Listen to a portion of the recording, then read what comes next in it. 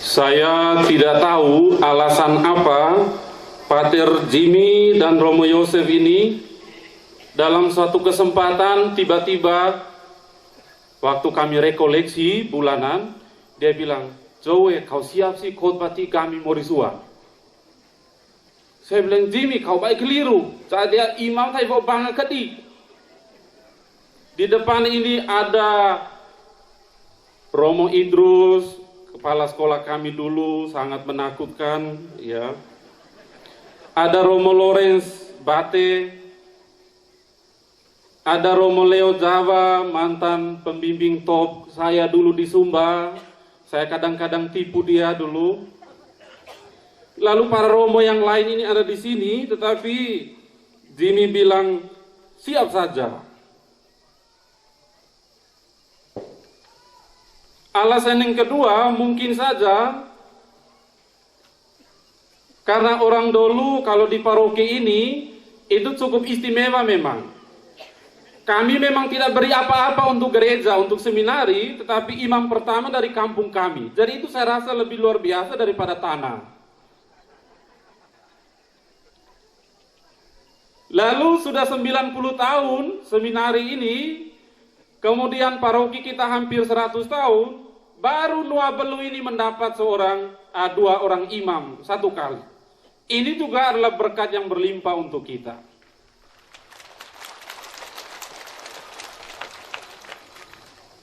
Pater Jimmy, Romo Yosef, orang tepuk tangan ini, jadi kamu jangan main gila. Bapak, Ibu, Saudara, Saudari terkasih, Pater Jimmy, Romo Yosef, Bapak Victor, dan Bapak Domi, Mama Maria, kembar namanya, Maria Watu dan Maria Baba, kita sekalian yang hadir di sini. Hari ini adalah sukacita besar dimiliki oleh orang-orang di kampung Belu ini, orang Toda Belu pada umumnya, lalu juga umat paroki Mateloko dan seluruh gereja. Telah lahir dari kampung ini dua imam yang perdana. Lezadia kita utup au mazamogo, dia baba sao lengitoe, ne masa senua Belu. Kita vigani rai dan imani ngazate badala domea. Puungi i aziana kita, kaene azi. Jimmy tu ene Yosef kaju. Pakela zatave deva da pura garurazia. Tapoga kokomolo. Hoga hakizua tau tua ima. Hoga kene ngapai katone kita. Hoga ngalagi liola vipera go agama. Jadi kita bisa bayangkan kaju ne due la nama kiliola. Ya, nama otola. Wah, bahaya ini. Malik kaju boka jadi due.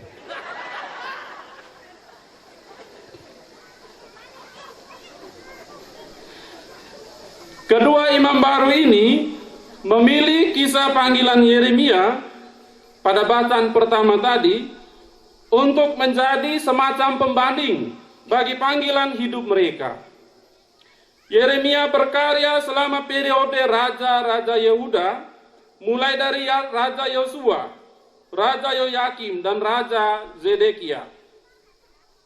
Zedekia ini adalah raja yang terakhir sebelum pembuangan ke Babel. Situasi masyarakat pada saat itu adalah masyarakat yang mengalami peralihan. Mereka selalu berada dalam perang.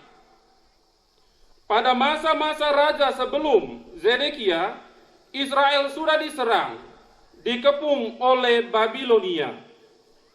Bait Allah sudah dirampok segala isinya.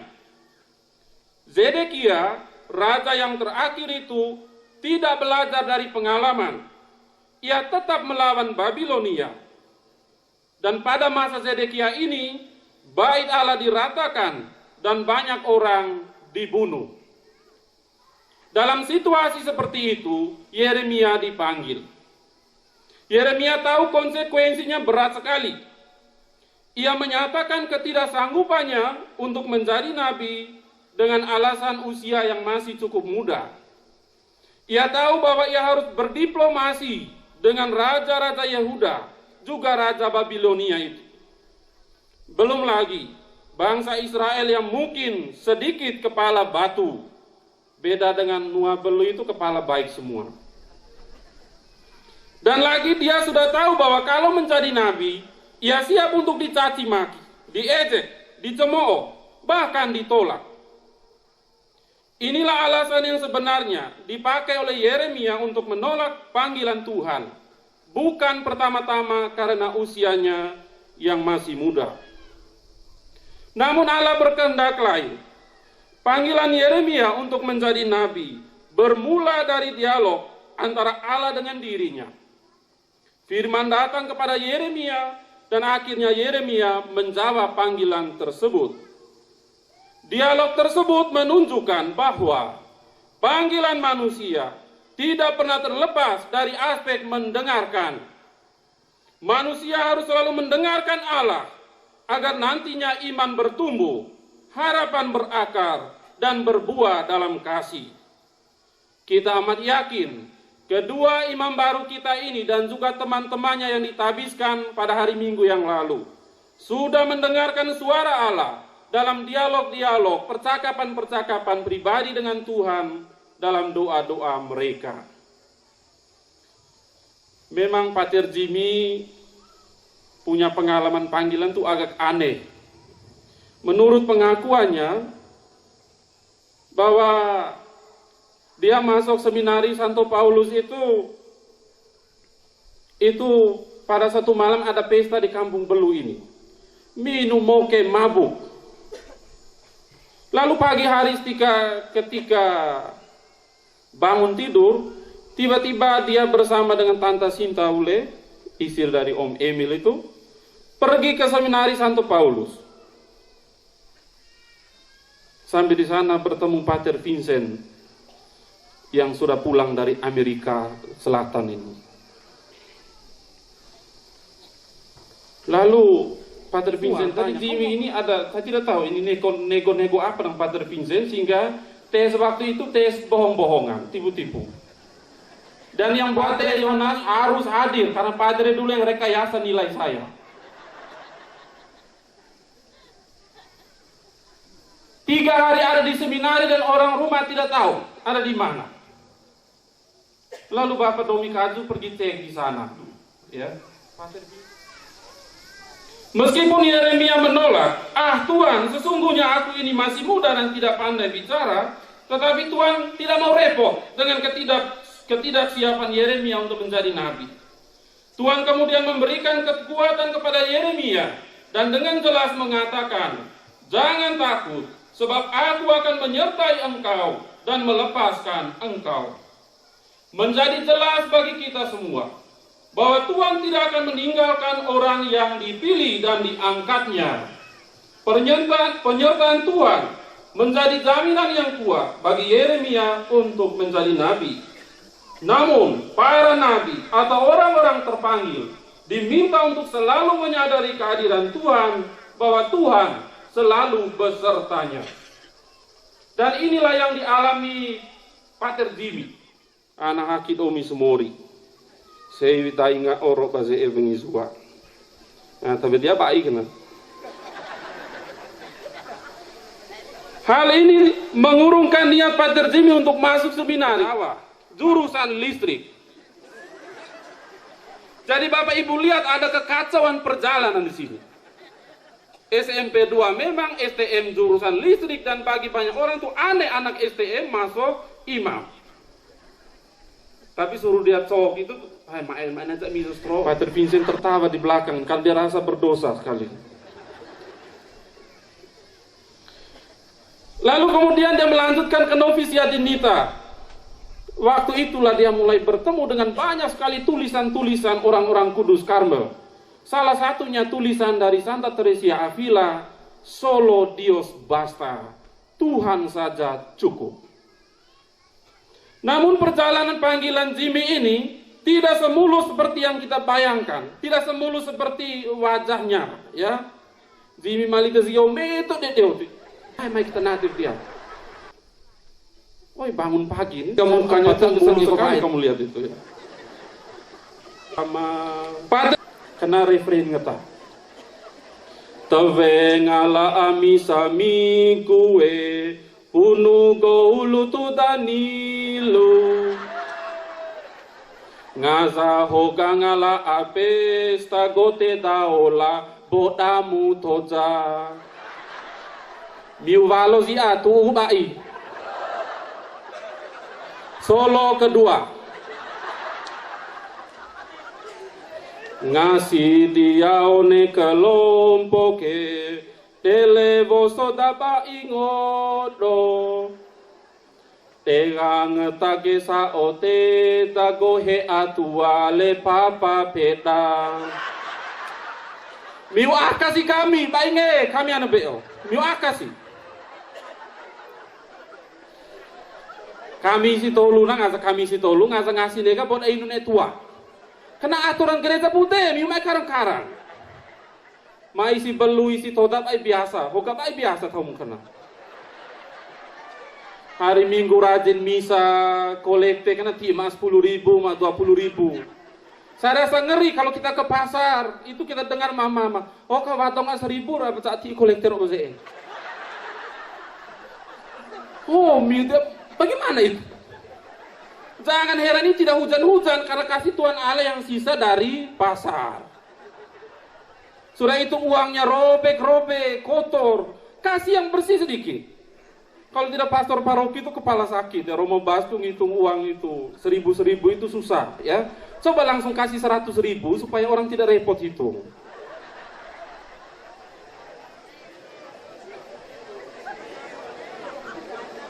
Solo ketiga nah pemaden. Solo tuh bosok domi mau kasih kami tuku. Masalah sekarang ini kan imam salah semua toh. Salah sekali hoga update status, story WA. Hoga baik pernah salah. Nah pengemata sih bela abaki tahu nih kubur ya. Mai matua pastor mana paroki. Benar, salah sedikit story, salah sedikit status Facebook. Ya itulah. Yang kedua, Pater Jimmy dan Romo Yosef dan kami para imam di altar ini mengatakan bahwa Allah sudah cukup, maka kami harus sadar bahwa harta kami bukan lagi orang tua kami, kaya si tua kami, pinaimne pameame tenge kami saja. Harta kami yang baru adalah umat Allah di tempat pelayanan kami masing-masing. Imam itu bukan miliknya sendiri, bukan milik keluarganya sendiri. Imam adalah milik Allah, milik semua orang. Rasul Paulus pada jemaat di Korintus katakan, kamu bukan milik kamu sendiri, sebab kamu telah dibeli dengan harganya yang telah lunas dibayar. Karena itu, muliakanlah Allah dengan tubuhmu. Kita tahu tua, mona mae domine semori. Kita boda mode masa-masa ne padi loka. Ne tafai valu anahalo. Kita mona mae ni tangangi. Gote da dada. Kita boda mulaa. Gote daula. Kita boda mutoja. Kita tahu tua. Pai domi tahu tua one sao tenge. One voe kita. Kita boda baga masa-masa kedibanga. Peja masa ge sao tidak. Yang ketiga, menjadi imam berarti menjadi gembala, tetapi gembala yang baik. Gembala yang baik itu mengarahkan domba-dombanya ke jalan yang benar, yaitu Kristus sendiri. Gembala yang mampu menghadirkan Kristus ke dalam dunia. Karena itu, tidak salah jika kita mengatakan bahwa para imam sebetulnya berperan bagaikan tangga Yakub. Yakub yang melarikan diri dari rumah saudaranya Esau yang sedang marah, pergi menjauh, tidur beralaskan tanah, berbantalkan batu. Dalam tidur yang lelap dan tak berdaya itu, Allah datang kepada Yakub melalui mimpi. Ada tangga yang ujungnya sampai ke langit, dan tampaklah malaikat-malaikat Allah turun naik pada tangga itu. Tuhan berdiri dan berfirman, akulah Tuhan, Allah Abraham, nenek moyangmu, Allah Ishak. Apa maknanya? Tangga itu merupakan simbol Kristus sebagai pengantara manusia dengan Allah. Maka para imam yang bertindak in persona Christi dapat pula menjadi tangga yang menghubungkan dunia dengan surga. Para imam adalah gembala yang membawa doa dan kurban menuju surga, dan kemudian membawa kembali rahmat dan berkat Tuhan ke atas bumi. Karena itu, jadilah gembala yang baik, bukan gembala yang huru-hara mungkin. Termasuk saya juga mungkin sedikit huru-hara. Sehingga dombanya itu kadang-kadang tercerai-berai. Tapi ya domba-domba juga pas-pas perilaku, ya. Jangan terlalu huru-hara juga. Ini Jimmy ini pernah menipu temannya. Namanya Asis Rato dari Vere. Memang Rato itu agak nakal juga, agak kerodok, ya. Jadi mereka dua itu adalah teman kelas. Jimmy ini terkenal di biara itu sopan sekali. Merado dia sebut Hana. Harap dia ada di sini ya. Jauh kami itu kau sopan bol-bolo lah. Mungkin Jimmy sih walau mau dia. Asis kau debusa, cak jangan ke Kobe sekitar jam 10 sampai jam 12 nah. Cak biasa lah kalau pelabuhan di pelabuhan Maumere. Wah kalau tahu apa ya? Lah refleksi, lah merenung mavlau. Asis dia sih foto doang tadi yang. Ge kobe tak asis kan kera. Tapi baik itu lau buko lau pelabuhan. Jimmy nate kita itu nak kamar. Akhirnya Asis yang keluar, Jimmy tetap jadi imam. Saya bilang Jimmy kau dosa lah kau Asis keluar. Sebenarnya Asis itu kuat sekali jadi imam. Jadi tolong jadi gembala itu jangan arahkan orang sembarang Jimmy, ya. Ini bahaya ini. Apalagi nanti tugas di paroki Salin Suci Mauloo, ya itu lumayan ya tantangannya. Tetapi saudara-saudari terkasih, saya sendiri sangat yakin bahwa Allah akan menolong para imam baru dan kami semua yang ada di altar ini. Karena Dia adalah Allah yang Maha Tahu kebutuhan kami dan tentunya kebutuhan kita semua. Tuhan, Engkau tahu segala sesuatu. Engkau tahu aku mengasihi Engkau. Pernyataan Rasul Petrus yang menjadi moto dari Romo Yosef Kaju ini diungkapkan pada saat-saat di mana akan terjadi perpisahan antara Yesus dan para rasulnya. Lagi-lagi ada dialog di sana. Dialog cinta, dialog kasih. Yesus sepertinya mau menguji para rasul melalui wakilnya Petrus ini. Ada 3 kali pertanyaan, hal yang sama ditanyakan. Apakah engkau mencintai aku? Yesus mengharapkan kejelasan sikap mereka. Sungguhkah mereka semua mencintai Yesus? Bagi Yesus, rasa cinta tersebut harus dinyatakan dengan menjadi gembala. Sesudah Petrus menjawab, Yesus menyatakan, gembalakanlah domba-dombaku. Kisah yang mengesankan ini mendorong Romo Yosef ini untuk ubah haluan. Ia yang mulanya adalah pekerja di kebun sawit di Ketapang dan Sintang, kemudian memilih untuk bekerja di kebun anggur Tuhan. Ia memilih untuk menjadi gembala bagi banyak orang, bukan hanya dirinya sendiri, bukan hanya untuk ayah, ibu, dan kakak adiknya. Romo Yosef tahu betul bahwa untuk menunjukkan rasa cinta yang sempurna kepada Allah, maka ia harus juga menjawab pertanyaan Yesus. Yosef, apakah engkau mencintai aku?